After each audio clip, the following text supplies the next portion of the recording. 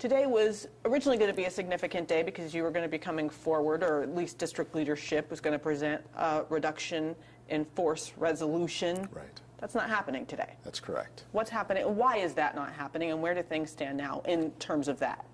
Well, it's a great question. And as we continue to learn more about our budget situation as well as our funding allocation from the state, we realize that our adjustments to allocating resources have changed and changed in a positive way. Our budget crisis and challenge did not happen overnight. We do know that. We've been in a budget deficit for some time now, and in my second year, we realized that in order to make positive change, to adjust the trajectory back to a positive fund balance, we needed to make significant changes. Our most important, valuable, and most expensive resources are human resources. Our reduction in force would allow us to recoup, unfortunately, as we eliminate positions, to recoup a goal of $18 million in cost savings total. What we realized is that positions and people are important.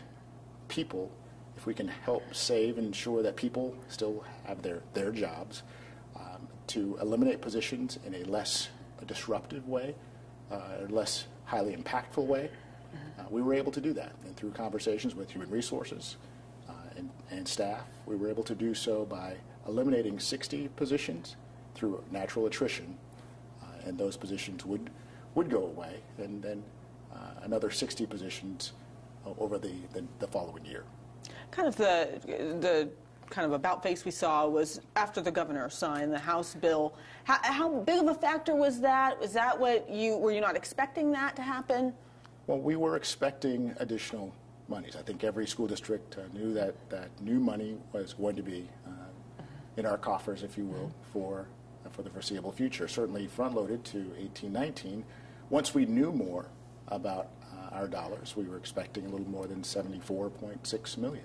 Now, what does that mean? That means that we had to adjust some of our staffing opportunities. In this case, we knew that we could get to our goal, but to do so in a less direct way.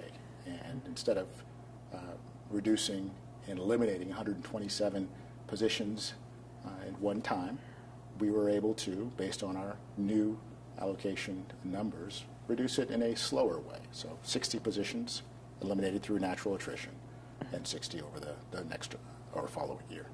Hearing from the teachers union, they of course feel like it's better to have through the attrition, but even with the attrition process, they acknowledge that 60 full-time jobs gone, and that's concerning to them. Is that concerning to you? I think anytime we lose a position, it impacts our core business. So certainly we're talking about people. We are a people business. I will always consider myself a teacher. Our core business is teaching and learning. And so when we think about what our union labor partners, when we think about our community, our families, and our students, yes, it is impactful.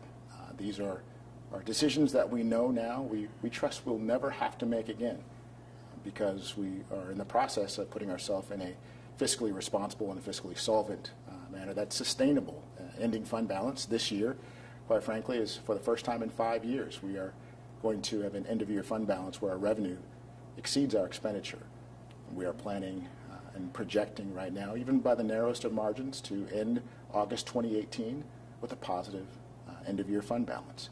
And that's a sheer sign that we are turning the corner, focusing on teaching and learning, and ensuring that we can take care of our people, whether they're here or if they're not going to be serving in Kent School District, that we ensure that we're supporting them in their next career advancement opportunity. You know, I want to get back to a little bit about the history of the budget here in a moment. But first, let's just talk about what we could see today in front of the district. You saw students and parents out there, a handful of them with signs, and some of those signs read, "Do not cut arts, music, foreign language." Is there a plan to cut those things? No, there's no plan, no final decisions to cut any programs. And as a matter of fact, we have conversations with some of our high school principals and secondary and elementary school principals about master schedules. We're in the process of creating those as we speak, and programs have not been finalized. I know that music and the arts have been reduced over time. We are coming out of the Great Recession after 2008, 2009, and more recently, we have made some recommendations, some investments in additional programs that sometimes have impacted the arts, whether it's fine arts or dramatic arts. Our goal, first and foremost, is to make sure that we reach and teach the whole child. That includes core content, that includes STEM opportunities, science, technology, engineering, and math, and it also includes arts and music. We believe that that is our core business, teaching and learning across all content areas, including arts and music. So I hear you saying that you don't want arts to go away, but because of budget constraints, it has been reduced. Some programs, I would say some sections have been reduced. We do have a strand from high school to elementary school where there are very strong indications of fine arts participation. And we have to also remember that participation is a key factor in scheduling. Our goal is to make sure that every school has teachers, has support staff, has students who see the continued value of fine arts, especially as it relates to communication, creativity, collaboration, and critical thinking. Those are all skills that our students will need beyond graduation so they can be successful in their college careers and in life. Now, one of the parents today said she feels like she doesn't understand where the $6.9 million went, and she feels like no one is being honest about it. Yeah. What would you say about where that money went? Well, I would say we are, and have been, very open and honest.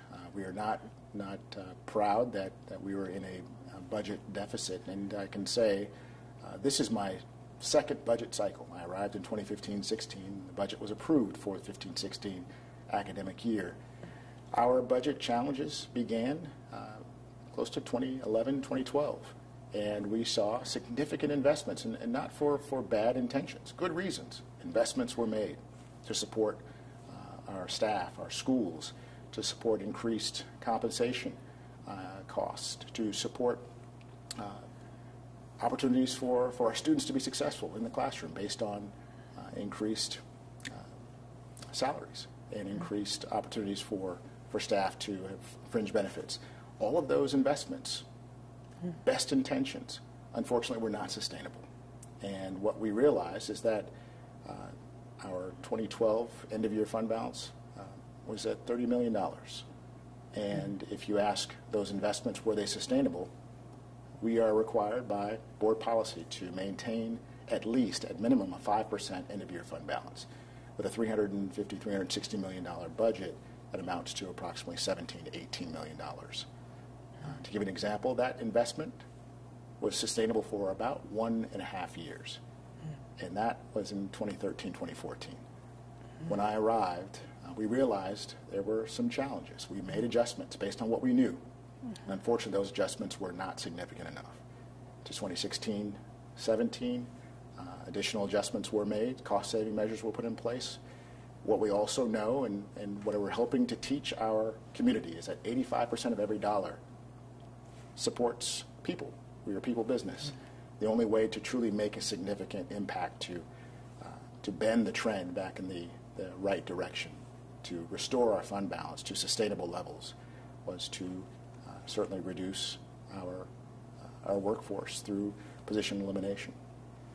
Just sticking on that budget, wasn't it, let's see, was it 2017 you just started with $3.8 million? That was our end-of-year fund balance, that's correct.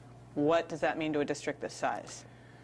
Well, that means that in a fund balance, much like our home budget, when we have issues that come up, we have unforeseen incidents, and we have decisions that are part of our core business of teaching and learning that we unfortunately cannot move forward with.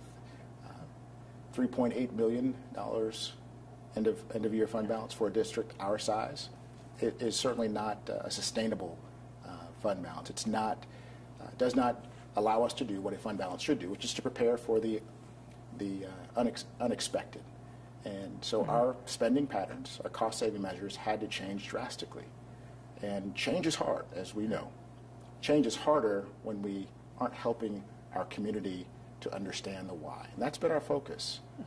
First and foremost, the why is to maintain a fiscally responsible, fiscally solvent performance culture so that we can focus on our core business. That's teaching and learning.